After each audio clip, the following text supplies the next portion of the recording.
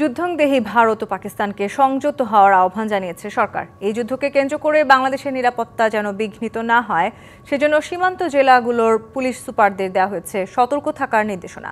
এদিকে পাক ভারত যুদ্ধের দামামার মধ্যেই কুড়িগ্রাম ও খাগড়াছড়ির বিভিন্ন সীমান্তে শতাধিক অনুপ্রবেশকারীকে আটক করেছে বিজিবি।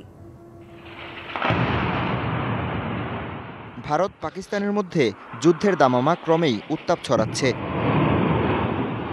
চিরবৈরী দুই দেশের যুদ্ধংদেহী অনর অবস্থান এরই মধ্যে আন্তর্জাতিক সীমানা পেরিয়ে বাংলাদেশকে প্রভাবিত করছে। এমন পরিস্থিতিতে পররাষ্ট্র মন্ত্রণালয় থেকে পাঠানো এক বিবৃতিতে বলা হয়েছে, ভারত ও পাকিস্তান মধ্যকার পরিস্থিতি গভীরভাবে পর্যবেক্ষণ করছে বাংলাদেশ।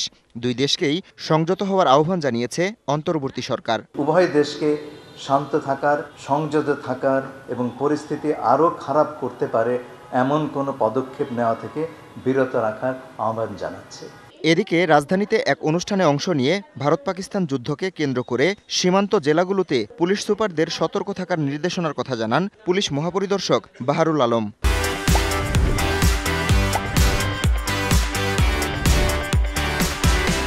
এই যুদ্ধের প্রেক্ষিতে আমরা সীমান্তবর্তী সকল জেলার সকল পুলিশ সুপার 29 এবং মিয়ানমারের সাথে 2 আমরা সকলকেই অগ্রিম সতর্কবার্তা আগেই দিয়েছি এবং তারা সকলেই সতর্ক আছেন এই ব্যাপারে। আর সর্বোত্তক চেষ্টা করব অন্তত এর প্রেক্ষিতে যেন আমাদের কোনোভাবে আমাদের নিরাপত্তা বিঘ্নিত না হয়।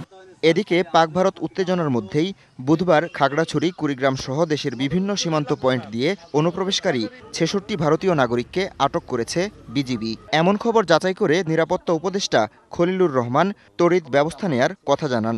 আমরা প্রতিটি কেস আলাদা আলাদা করে নিরীক্ষণ করছি এবং আমাদের সিদ্ধান্ত হচ্ছে আমরা কেবল আমাদের দেশের নাগরিক যদি কেউ থাকেন এবং তা প্রমাণিত হয় তাহলে তাদেরকে আমরা গ্রহণ করব এবং এটা ফর্মাল চ্যানেলে করতে হবে। এভাবে পুশ ইন করাটা সঠিক নয়। তিনি আরও বলেন, সরকার বিষয়টি বেশ গুরুত্বের সঙ্গে দেখছে, পরিবর্তনশীল পরিস্থিতি নিবিড়ভাবে পর্যবেক্ষণ করছে। DBC news desk.